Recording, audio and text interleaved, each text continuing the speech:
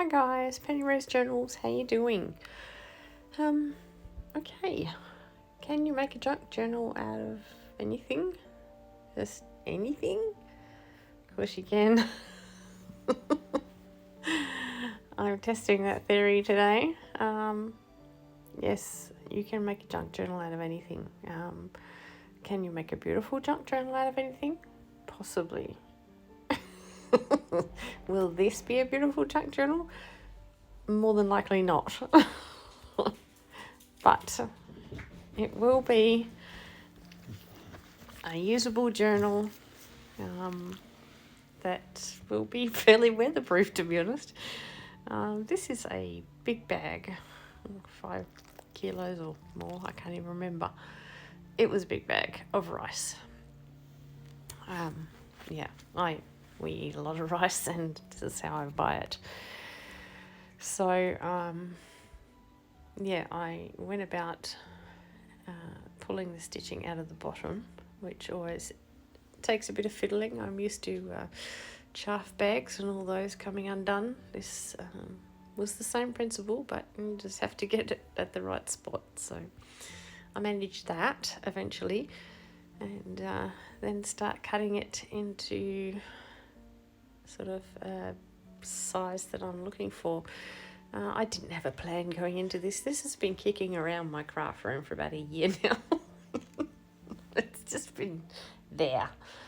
And it was randomly lying in the middle of the floor because it gets moved from place to place to place. So, it was randomly lying in the middle of the floor today. So I just went, you know what? It's time. Let's make a journal out of a rice bag. And as far as I'm aware, this is made out of plastic, woven plastic. So it's bright and cheerful and, depending on your aesthetic, not particularly lovely. So, but it will make a journal. So I'm going to use this, and I'm going to use paper bags. And that is all I'm going to use, aside from a bit of thread to do a 3/0 pamphlet stitch. So, I'll get on with making it, and I guess we'll see as I go along what it turns into.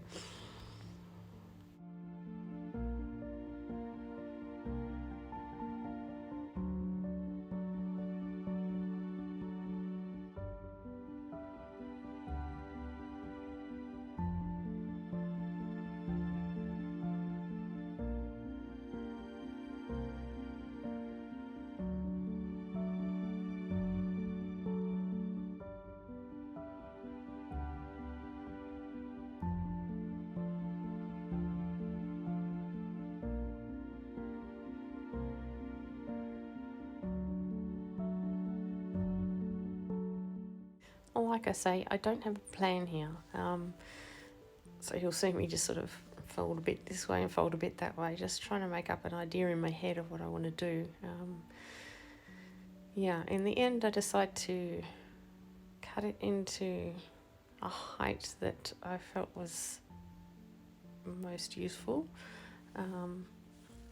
And then I cut down one side and then realised maybe I didn't need to cut down the side, but that was too bad. I'd already done it. But actually it ended up good that I had done that, because it just made it easier for me to fold over the tops and bottoms and sort of hem it, because I decided I wanted these sides sewn together. So that's literally my journal cover and the inside of the journal cover as well. So I decided I wanted to fold down the edges, top and bottom edges, and just sew them down to sort of get rid of the raw edges there. And so I go and do that, and then I sew together the edges that I cut with the bag inside out. Then I turn it the right way in, and then I sew the top and bottom together.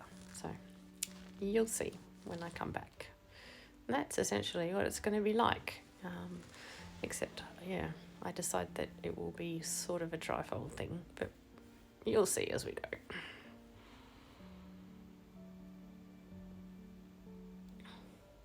Okay, here we are. I have sewn down each side and across the top and bottom, and then I decide that I want the big picture basically on the front. Why not? It's the big picture. So so I make it a trifold that folds over towards the back, which is something a bit unusual, but that's the way I decided to put it together. So that is it. That is our cover. Like I say, not particularly attractive. Well, it's not hideous, but okay, it's not the most beautiful thing you ever laid eyes on, but it's serviceable, does the job. It will protect the pages, and it's kind of waterproof, so not a bad thing. So now I've got to get to tearing some pages to size and then work out how I'm going to sew it in.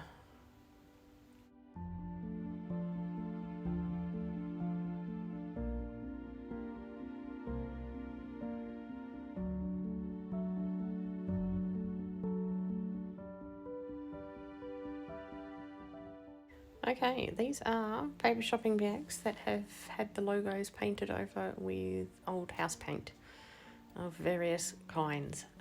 So yeah, that's all I'm going to use.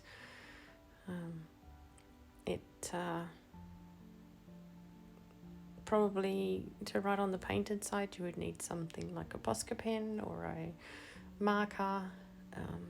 I think you could really successfully write over it very well with just a pen or pencil, but yeah, it can definitely be written on. So this is essentially just a writing journal. It's just, yeah, I just wanted to make something out of that bag. Honestly, it was lying on the floor and yeah, it's just time. So yes, this is what I'm going to put in it, just to show you that you literally can make a junk journal out of any old piece of junk that you have. This is, yeah, an old rice bag and some paper shopping bags. So, yeah. Anyway, I'll shush now and let you watch, and yeah, you'll see what I do.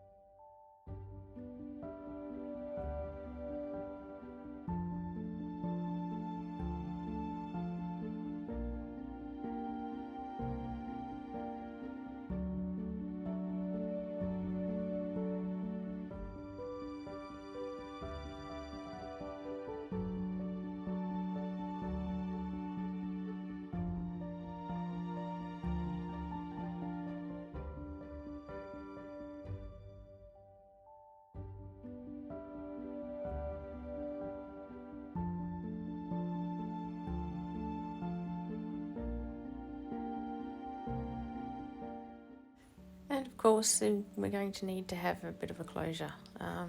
I wasn't going to waste too much time on this right now, so I just cut off the bottom of the plastic bag or the rice bag and just used a strip of that. It's very sturdy stuff, it doesn't unravel.